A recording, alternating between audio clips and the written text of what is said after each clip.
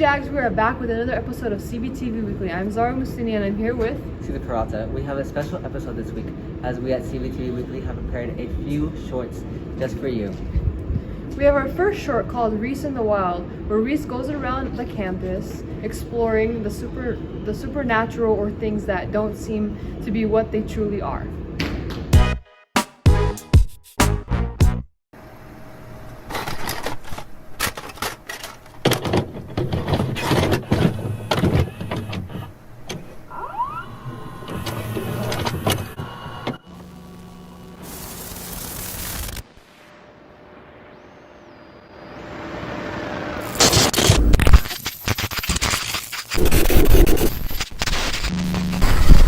Hello, and welcome back to the #1 survivalist show, Rhys In The Wild. Today, we are going to be navigating the wild campus high school. I know one thing's for certain, this is not what I expected from a school. There's so many creatures wandering these halls and going into these classrooms. It's disgusting. They didn't let me bring a weapon to defend myself. It's insane, I tell you. Nevertheless, I will navigate and complete my studies. The strangest thing I encountered here today was a man in blue. He kept looking at me funny. I don't know why. He always thought I was creeping up on him and something like that. The creature was dangerous, I tell you.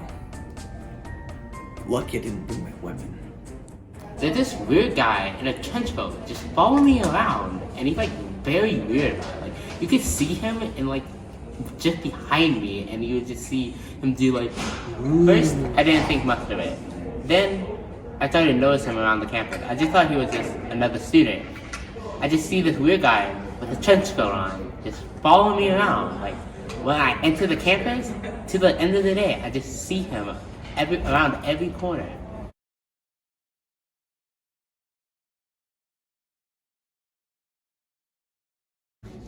That is all for Rhys In The Wild today. Next time, we will be hunting the very rare lemon yoink. Stay tuned.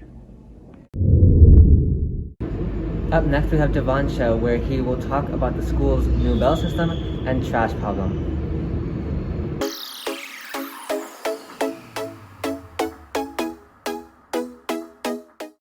Hi, welcome back to the Javon Show.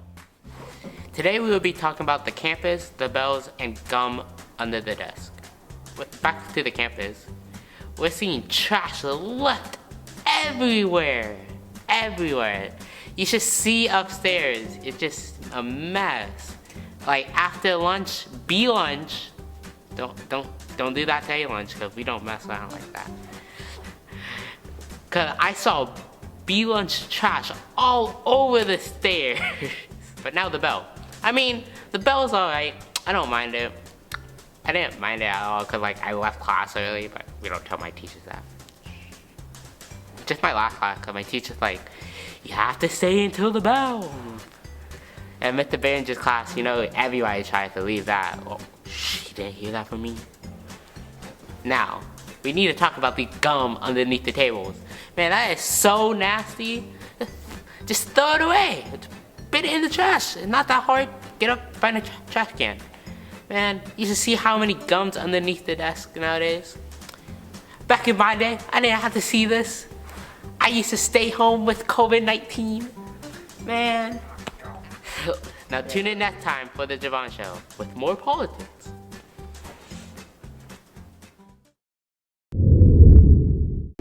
What do you think about the new bell system? Personally, I think it helps us other students get to class on time. But hearing the ringing every hour does get a little annoying. Agree, it certainly is effective, but the ringing every hour does get aggravating at times. Up next, our final short will discuss how the media is biased.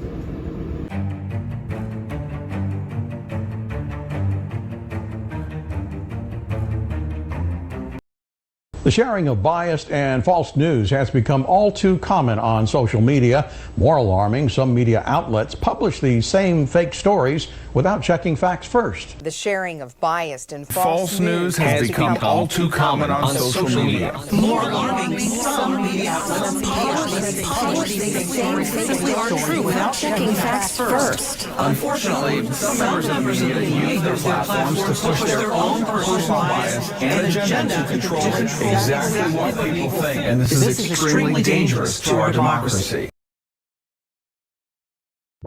Spooky, right? News anchors, the ones who you're supposed to trust to tell you everything what's happening in the world, all saying the same lines. Why are these stations speaking like this, in the same exact way? All of them are completely separate from each other, right? Well, as it turns out, maybe not, as they're all owned by Sinclair Broadcast Group, a multimedia conglomerate that owns almost 300 TV stations across the U.S. From Washington, D.C. to Cooksville, Missouri. This company prepares scripts for their subsidiaries to regurgitate practically everywhere. As found by American Political Science Review in 2019, the stations under SBG have shifted focus from local stories to national news, often with a more conservative-leaning tone. This is especially intriguing when in December of 2020, Sinclair Broadcast signed an affiliation renewal deal with Fox, a decidedly conservative news station. I don't want you to walk away from this scared you're being brainwashed by TV, even though you probably are. Besides, Sinclair Broadcast doesn't even own any stations in Arizona, so they at least aren't doing the brainwashing. I just want you to know that everything isn't exactly what it seems, and may very well be connected to something much deeper. And always remember, you are not immune to propaganda. Goodbye. That's all we have for this week, Jags. See you all next week.